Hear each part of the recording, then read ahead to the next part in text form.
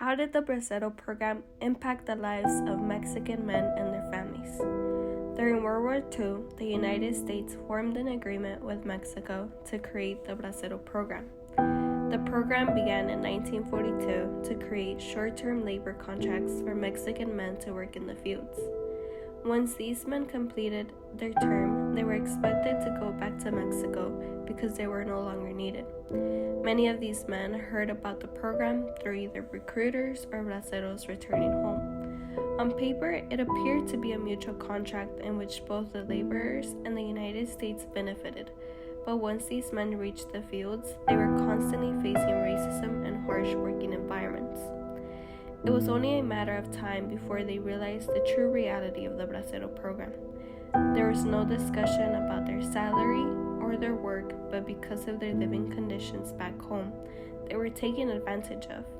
The only thing these men knew before getting to the fields was that they were willing to work to take care of their families. From the beginning, these men were treated like animals as they were fumigated and checked physically to determine how good they were to work.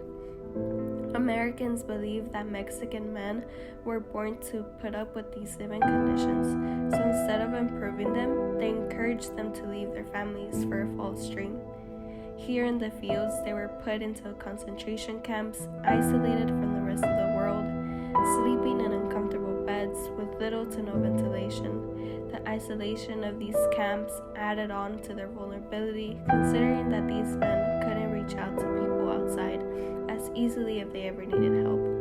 Braceros spent most of the day bent over picking whatever was grown in the specific fields they were in, and any attempt at resting resulted in mistreatment. Often they were forced to do more than what they could while getting paid the minimum. When Alfredo Ramirez was asked if he saved his money, he replied, "No. For what? We earned just to live. We earned a pittance. Everything they did was for a paycheck that barely kept them afloat after everything the contractors would take." The Bracero program didn't just affect braceros themselves. It also impacted the families that depended on these men.